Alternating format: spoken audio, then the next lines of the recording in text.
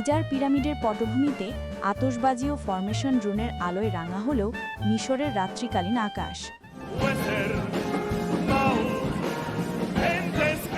এই আধুনিক আলোকমেলার মাধ্যমে উদযাপন করা হল দীর্ঘ প্রতীক্ষিত গ্র্যান্ড ইজিপশিয়ান মিউজিয়ামের আনুষ্ঠানিক উদ্বোধন।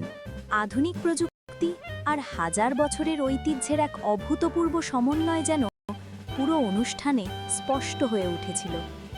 উদ্বোধনী অনুষ্ঠানে ভাষণে মিশরের president Abdel Fattah al CC বলেন, আমরা আজ ইতিহাসের নতুন অধ্যায় রচনা করছি, বর্তমান ও ভবিষ্যতের জন্য এই প্রাচীন জাতির গল্পকে নতুনভাবে বলার উদ্দেশ্যে।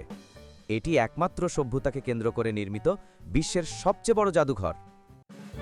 মিউজিয়ামের উদ্বোধনী আয়োজনে অংশ নেন বিশ্বের নানা দেশের রাষ্ট্রপতি, প্রধানমন্ত্রী, রাজপরিবারের সদস্যসহ বিশিষ্ট ব্যক্তিবর্গ। প্রায় ৫ লাখ বর্গমিটার বিস্তৃত এই জাদুঘরে সংরক্ষিত হবে হাজার হাজার ঐতিহাসিক নিদর্শন, যার মধ্যে রয়েছে কিংবদন্তি তুতানখামুনের সমগ্র সম্পদ, যা ইতিহাসে প্রথমবারের মতো একসঙ্গে প্রদর্শিত হবে।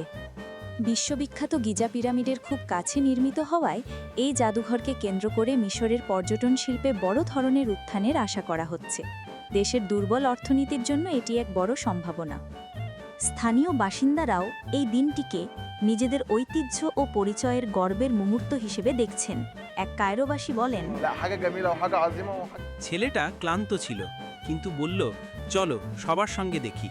টিভিতে দেখতে পারতাম, কিন্তু এমন সৌন্দর্য নিজের চোখে দেখার আনন্দই আলাদা। গ্র্যান্ড ইজিপশিয়ান মিউজিয়ামের নির্মাণে ব্যয় হয়েছে প্রায় $1 বিলিয়ন, যার বেশিরভাগই এসেছে জাপানের উন্নয়ন ঋণ থেকে। দীর্ঘ 2 দশকের সময় জুড়ে প্রকল্পটি নানা রাজনৈতিক ও বৈশ্বিক বাধার মুখে পড়ে। আরব বসন্তের গণ আন্দোলন, কোভিড মহামারী, প্রতিবেশী দেশগুলোর যুদ্ধ সংঘাত, এসব কারণে কাজ বারবার থেমে যায়। জাদুঘরের উদ্বোধন এমন এক সময় হল যখন মিশর অর্থনৈতিক চাপ, আঞ্চলিক অস্থিরতা এবং সবচেয়ে বড় চ্যালেঞ্জ প্রতিবেশী গাজায় ইসরায়েলের চলমান যুদ্ধ মোকাবেলা করছে। এই সংঘাতের কারণে কায়রোকে রাজনৈতিক ও নিরাপত্তা ইস্যুতে অত্যন্ত সূক্ষ্ম ভারসাম্য বজায় রাখতে হচ্ছে। গ্র্যান্ড ইজিপশিয়ান মিউজিয়াম শুধু একটি জাদুঘর নয়, এটি মিশরের সভ্যতার প্রতি শ্রদ্ধা, ভবিষ্যৎ অর্থনীতির চালিকা শক্তি এবং জাতীয় গৌরবের প্রতীক। ইতিহাস ও আধুনিকতার এই যুগলবন্দি মিশরের জাতীয় পরিচয়কে বিশ্বমঞ্চে আরও উজ্জ্বল করে তুলবে বলে দেশটির প্রত্যাশা।